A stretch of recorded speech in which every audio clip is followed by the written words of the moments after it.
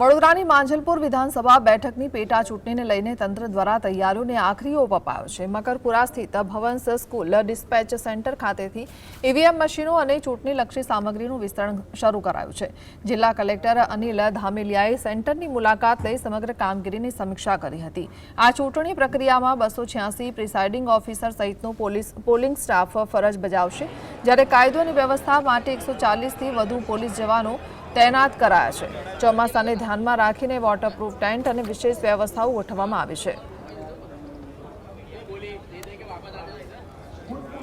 વડોદરાની માંજલપુર વિધાનસભાની પેટા ચૂંટણીઓ માટે જે ઈવીએમ છે ડિસ્પેચ કરવાની કાર્યવાહી ચાલી રહી છે। આ જે પ્રકારે ઈવીએમ છે તે મોકલવામાં આવી રહ્યા છે અને આ માંજલપુરના જે મતદાન મથકો છે ત્યાં આગળ મોકલવામાં આવશે। અંદાજિત 267 જેટલા બૂથ પરથી જે છે એ આવતીકાલે સવારે વોટિંગ થશે અને નહીં માત્ર વોટિંગ, આ બૂથ સિવાયના પણ 107 મતદાર એવા છે કે જેને ત્યાં પોલિંગ એજન્ટો તેમના ઘરે જઈને એમને મતદાન કરાવશે, કારણ કે આ સ્પેશિયલ સિનિયર સિટીઝનો છે અથવા તો જે લોકો મતદાન કરવા આવી ના શકે એવા લોકો છે, એટલે આ માટે ડિસ્પેચની તમામ પ્રક્રિયાઓ જે છે એ આ વડોદરાના ભવન સ્કૂલથી હાલ ચાલી રહી છે।